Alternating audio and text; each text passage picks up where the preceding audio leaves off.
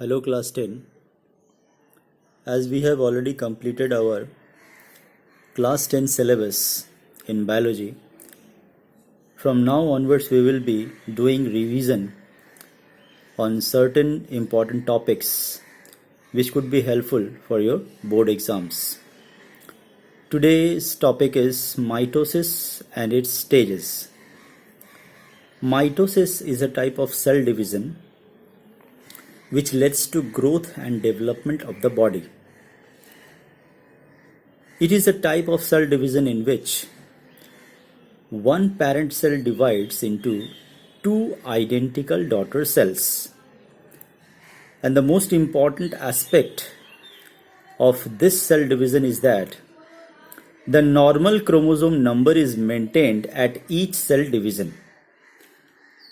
Before the cell division starts, the cell starts to prepare itself for the division, and the nucleus doubles its quantity of DNA, which is the chromosome substance present in it, so that it helps in the further division of chromosome through the division of nucleus.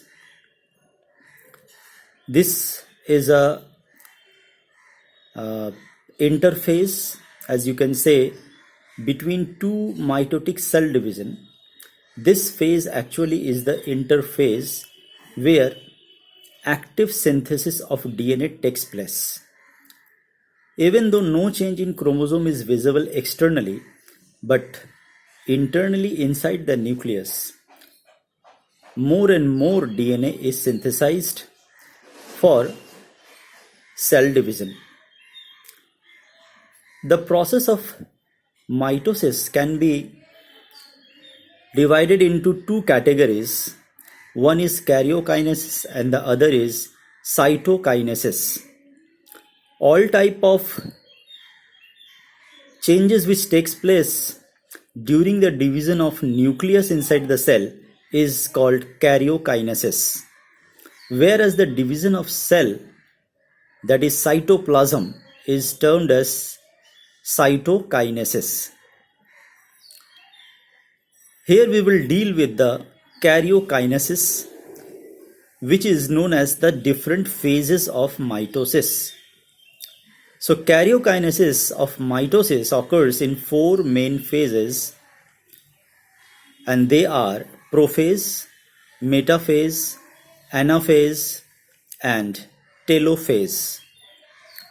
In the prophase, the chromosomes become short, thick, and are clearly visible inside the nucleus.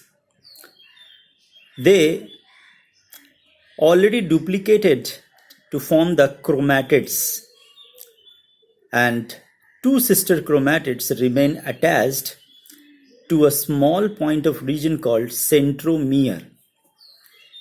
The centromere then splits into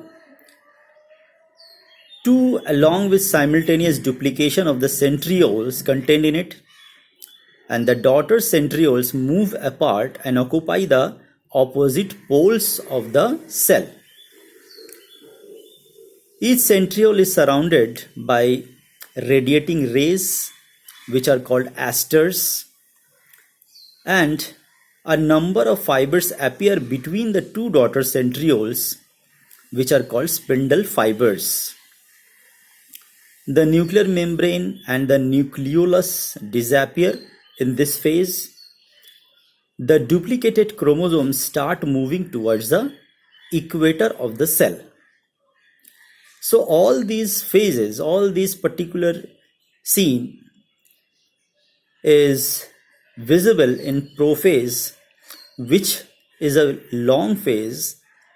So it can be divided into prophase A and prophase B. But all such things which just I have explained is performed in prophase. The next phase is metaphase. Metaphase is a very slight phase, small phase, where the duplicated chromosomes arrange on the equatorial plane and each chromosomes get attached to the spindle fiber by its centromere,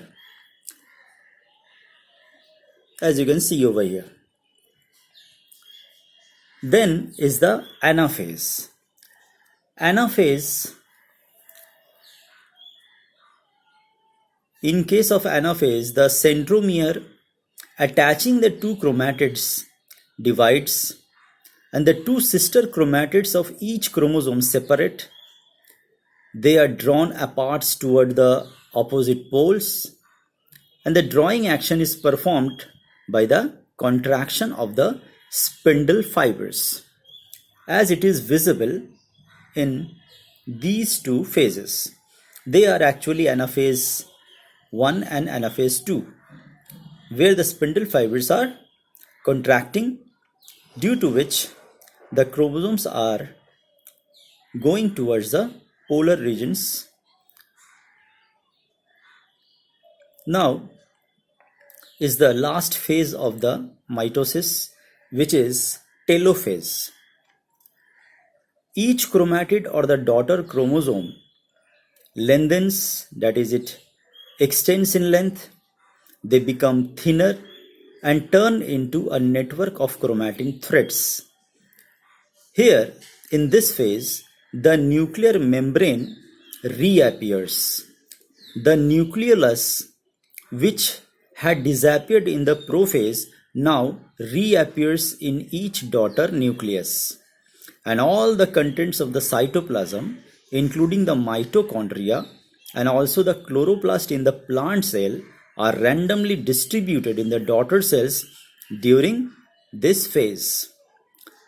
So, the four phases, prophase, metaphase, anaphase, and telophase, completes the karyokinesis. After karyokinesis is over, the cytoplasm starts to divide. That is, at the end of the telophase, a furrow is a depression, which you can see over here. A furrow appears in the cell membrane in the middle, and it starts to deepen and finally splits the cytoplasm into two. And in this way, one parent cell gets divided into two identical daughter cells. In this way, the whole cell division of mitosis gets over. And again, the interphase will come between two phases of mitosis, and the process will continue. So here lies the difference between mitosis of animal and plant cells. What is the basic difference between mitosis in plants and animals? In case of animals, we can see asters, which are not present in case of plants. In case of animals, cytokinosis is performed by furrowing. That is, the cytoplasm is deepening at a particular part from the middle and splits into two daughter cells. But in case of plants, the cytokinosis is performed by cell plate formation. That is, one cell plate is formed between the parent cell, and it will split up into two daughter cells. In animals, mitosis mostly occurs in tissues throughout the body, where growth and development takes place. And in case of plants, it occurs mainly at the growing tip regions for lengthening of the plant body. It also takes place at the sides of the stem branches, due to which the increase in girth of the plant occurs. That is, it helps in widening of the plant body and along with lengthening. Now we will study about the significance of mitosis. The significance is growth, repair, replacement. These three are the main significance of mitosis. That is, due to mitosis, growth or increase in body size occurs due to the formation of new cells in the tissues. Repair of the damaged and wounded tissues are renewed by the lost cells by the process of mitosis. The old and dead cells which have been which gets replaced by the new cells by mitosis. Asexual reproduction, in which the unisexual organisms such as amoeba, yeast, they gets divided into two daughter cells by this process. In that case, we can assume the name binary fission.